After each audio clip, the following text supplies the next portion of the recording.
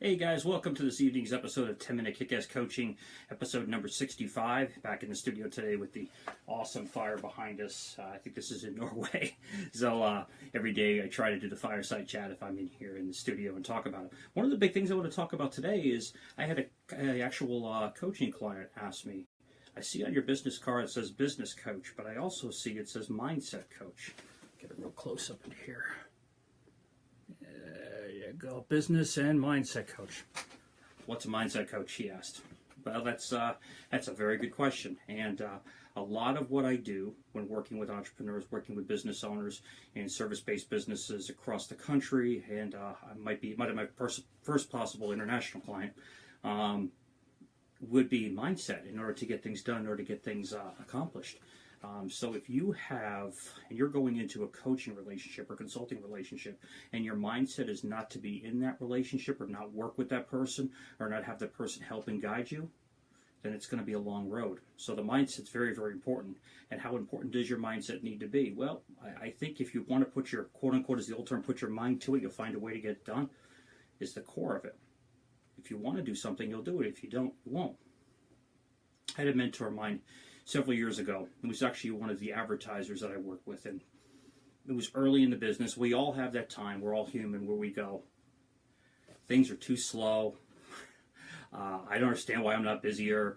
I do everything I can. I advertise everywhere I can. I go to all these marketing meetings, these network meetings. I meet with people. I know I can deliver the best value. Why won't somebody give me the opportunity to go and work with them? Why won't they do it? And it's a real question. I struggle with it even to this day to a certain extent of why certain people, or I can't get certain people as coaching clients that I think would be a perfect fit, and I know what I could do for them, but maybe they're not ready to hire me, or maybe they feel I'm not the right person for them, somebody else is, but I know what I could do for them, but they're at the point where they don't quite see that, or they agree with me one way or the other. But you really want to work with this person, you really want to do it. So this person said to me, I don't care if you're slow, the apocalypse has happened, whatever it seems to be, it's irrelevant. It doesn't really make a difference. It doesn't really matter. You're busy, and people are calling you every day. Do people call you every day? Yeah, of course they call me every day. Do you get calls? Yeah. Do you turn them into customers? Nah, some of them are just cheap. They don't want to spend any money. I know I could do the best value. He goes, well, you have the opportunity to change that. You have the opportunity to educate them on why they should hire you. And realize what I want you to do is think that your competition is 10 times what they are now. Now, again, this is Northeast Pennsylvania. This isn't New York City here. This is back in Pennsylvania. I want you to think like you have the customer base of New York City. What would you do then when you have that many competitors, that many things? How would you market your business? How would you think of it? How would you realize what opportunities you have? You're always busy. If you know you're slow, don't ever tell somebody you're slow or you're not working. Successful people don't want to do business with people that are slow or unsuccessful. They don't want to deal with them. They don't want to have any relationship with them, whether it's hiring you to do their carpets or their tile, or coaching them for that matter, or consulting, or doing a water damage loss for them. They don't want that. And I've kept that mindset, as it says on the card here, for all those years and everything I've done. It really changed my life. Joe Maymer, if you're listening, you're the man. He now is a franchisee, I think, of a Dickey's Barbecue, and he's doing very well with it. But he has the right mindset, and he was always very successful as a sales rep. He got me, and he got me to spend a lot of money. And he always tried to show the value. But the valuable lesson he taught me is worth 10 times what I ever spent with him, is always produce value, always do what others won't, and you're always busy. And you'll find people will come to you. So I tried it. I took the mindset approach. When people would call and say, hey, can you come and clean my carpets today? I would do the old open the book, and I'd have nothing in the book. It'd be nothing there. I might have a job on Saturday. And I would do can you get, and then they would, of course, get into how much, what, this, blah, blah, blah, the rigmarole of why should I hire you, what's different about blah, blah, blah.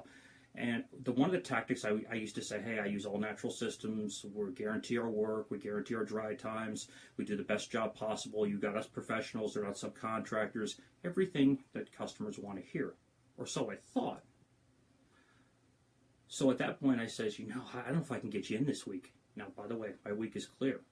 Saturday I got a job, but my week is clear. I don't know if I can get you in to do the work this week. Well, If I hire you right now, could I do it? If I add more work on, if I give you more work, will you come and do my house? Well, all of a sudden they wanted me because I was busy, or appeared to be busy.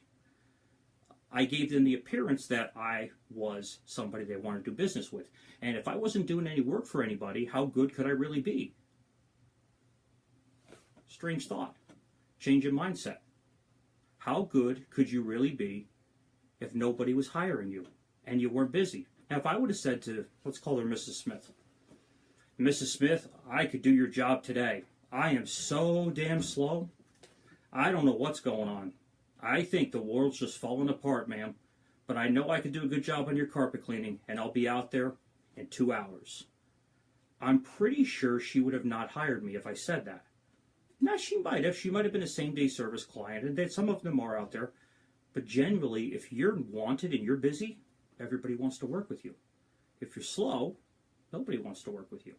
Because in their mindset, you're not successful. You're not busy. Nobody wants to work with people who are not busy. They want to work with companies that can get out there and do the job in a decent time frame, but they're not busy. If you're not busy, it's easy to say, you know, hey, what's the extra value to do it? Another example. I'm at a job today. This is a mold remediation job. You have to be again licensed in New York to understand mold remediation and licensed to do the job. This one's relatively small. So I go out there and I look at the job and I say, I'm looking at the job, rather small job, and he's got some issues with the house. And he says, okay, great. I informed him, educated him, told him the whole reason why, what exists, what's the potential hazards involved, what are not the potential hazards, the real deal stories when it came to mold growth. And he basically gave me the impression that, well, we're talking, and he says, well, when can you do it? And I said, I don't know. I'm pretty busy the rest of the week, and I'm pretty busy today, and I don't know, maybe I could fit you in today. I mean, I know this is kind of last minute notice, but I know I'm pretty slammed up, so if we're going to do it, we probably should do it today. I actually went the opposite way and said, I don't know if I can get there. He goes, well, when can I get you here? Was the other part of the question, because I already know seem to know what you're talking about. I want to work with you. And I said, I could do it today for you. I can guarantee I can do it today, but I can't guarantee I'm going to get you in this rest of this week because, I'm luckily referred by a lot of people in order to do a certain service, and I'm blessed and thankful for that, but I got to honor and cherish their needs, and if somebody already has my commitment with me, that's who I'm going to work with. The first one that gets to me, or the person that works with me or is referred to me all the time, that's who I'm going to go with first and foremost. And the guy said to me, so the only way I can get this job, you to do this job, is if you do it today. I says, right now, not until next week. Okay, where's the contract? How much? Whatever. This is before we even talked about price. So this is a $2,000 job. So this is pocket change. And he may or may not have insurance coverage, whatever the happens case. That's irrelevant. If he doesn't have the correct coverage or doesn't have coverage, he knows he's got to pay for it out of pocket. But if I hadn't given him a sense of urgency that I need to do it today or I could not physically help him, he was going to be upset. Well, I don't want the other guy to come later in the week. I don't want another guy to come tomorrow. I want you. Well, this other guy's really good at doing it too. And he's going to go under my license. I know the guy, trained the guy. He's great. He'll do a great job. He knows he's got to send me pictures afterwards of the job. So I've seen the job. I know what's got to be done. So he's going to do the right job. That accountability thing. But he was so intent that I had to do the job. So his mindset was, I got to get this guy. He's got to be the guy to do the job. He's very busy. He probably can't get to me the next week. I don't want to wait till next week. I'm worried about this problem now. It wasn't a sense of urgency today. Before this guy got here, I told his office I didn't care when he could get to it. It could be a week, 2 weeks, 3 weeks later. And all of a sudden, because I was busy and he perceived me as an expert, he said, I want to hire you. He said, I want you to be the person to do the work. And I said, okay. It's going to take me about 2-3 hours to do the work end of it. It's the technical side of it, using hand tools, using whatever stuff I've been doing for a very long time. Wasn't a major job, pain in the butt, but not a major job, and I was glad to do it for him. But if I would not have given him that sense that I knew what I was talking about, and that I was able to build value in what I did, and that there was a reason to consider hiring me, and then if you waited, you probably couldn't get me, you probably never would have hired us. So always be busy. Always have the mindset of success. We all go through the doom and gloom points in our life. I do it even to this day. Why can't I get this contract with this person? Why this? Why that? You didn't get it. You didn't have it in the first place. It sucks. You'd rather have done the job. You'd rather have gotten the contract. You'd rather have worked with the person. But at the end of the day, it is what it is. You take it and you move on. So your mindset has to be that of a person that gets things done, and it's perceived by people that can get things done, that can make things happen, that is a person of their word, that will give them service without excuses, that will be their go-to person to handle things. That's a mindset. Now, I can get into all different things of mindset and go much deeper, but the end of the core, the examples I gave you, is a person's mindset. My mindset going into it, I want this work, then the mindset I have to teach the customer or give the customer the impression that they have to have me at my terms when I'm able to do it. And if you have people coming to you on your terms versus you going to them on their terms, you're going to be way better off. You want to magnetize them to you, not push things at them.